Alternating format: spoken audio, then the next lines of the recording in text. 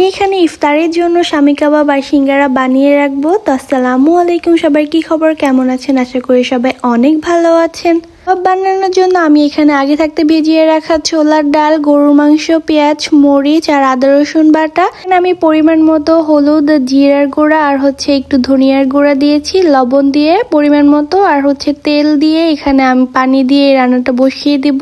গরুর মাংসটা আমি এখানে গরম মশলা দিইনি, শুধু একটা তেজপাতা আর দারুচিনির ডাল দিয়েছি একটা, কারণ আমি এখানে গরম মশলা বাটা দিব পরে।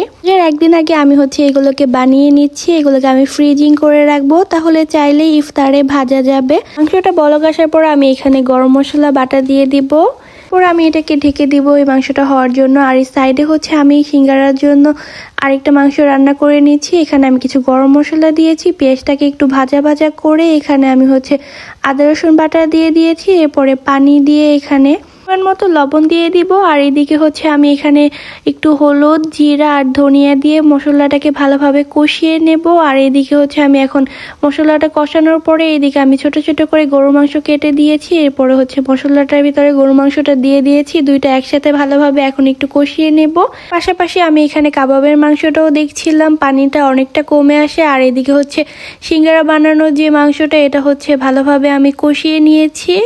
এরপরে আমি এখানে মাংসতে দেওয়ার জন্য একটু জিরা ভেজে নিচ্ছিলাম। আর এদিকে আমি সিঙ্গারাতে দেওয়ার জন্য আলু কেটে নিয়েছি ছোট ছোট করে। এখন আমি মাংসটার ভিতরে আলু দিয়ে দিব, এরপরে এটার ভিতরে এটাকে দুইটা একসাথে একটু কষিয়ে নিয়ে এরপর আমি পানি দিয়ে দিব। আমি কম পানি দিয়েছি, অনেক বেশি পানি দিইনি, কারণ মাংসটা অনেকক্ষণ ধরে কষিয়ে নিয়েছি আর আলুটা বেশি পানি দিলে গলে যাবে।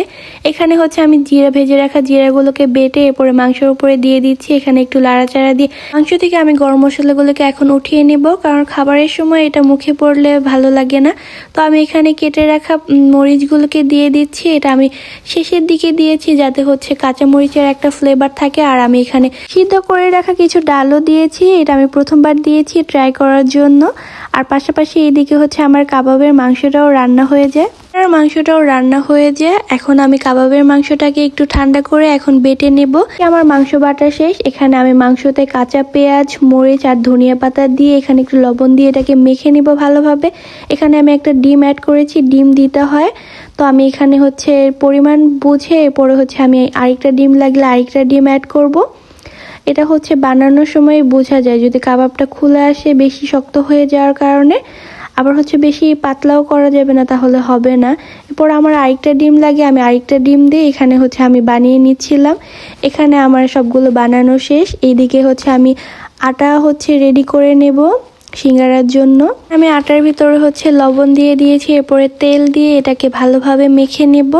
এরপরে অল্প অল্প করে পানি দিয়ে এখানে আমি একটা শক্ত ডো বানিয়ে নেব, বেশি পাতলাও হবে না আবার অনেক বেশি শক্তও হবে না, এমন হয়েছে আমারটা। এটাকে আমি রেস্টে রেখে দিয়েছিলাম 10 মিনিটের জন্য। এরপরে আমি এখানে বানিয়ে নিচ্ছি। প্রথমে আমি এখানে রুটি বানিয়ে এরপরে রুটি কেটে এখানে সবগুলো সিঙ্গারা বানিয়ে নেব আস্তে আস্তে। এদিকে আমি সিঙ্গারাগুলোকে বানানোর পরে এটাকে ফ্রিজিং করে রেখে দেব। এখানে এগুলো বরফ হয়ে গেলে এরপর আমি বের করে বক্সে রেখে দেব, তাহলে বেশি ভালো হয়। তো আমি এখানে দুইটাই ফ্রিজিং করে রেখে দিচ্ছি। তো আজকের ভিডিও এই পর্যন্ত, সবাই ভালো থাকবেন, আল্লাহ হাফেজ।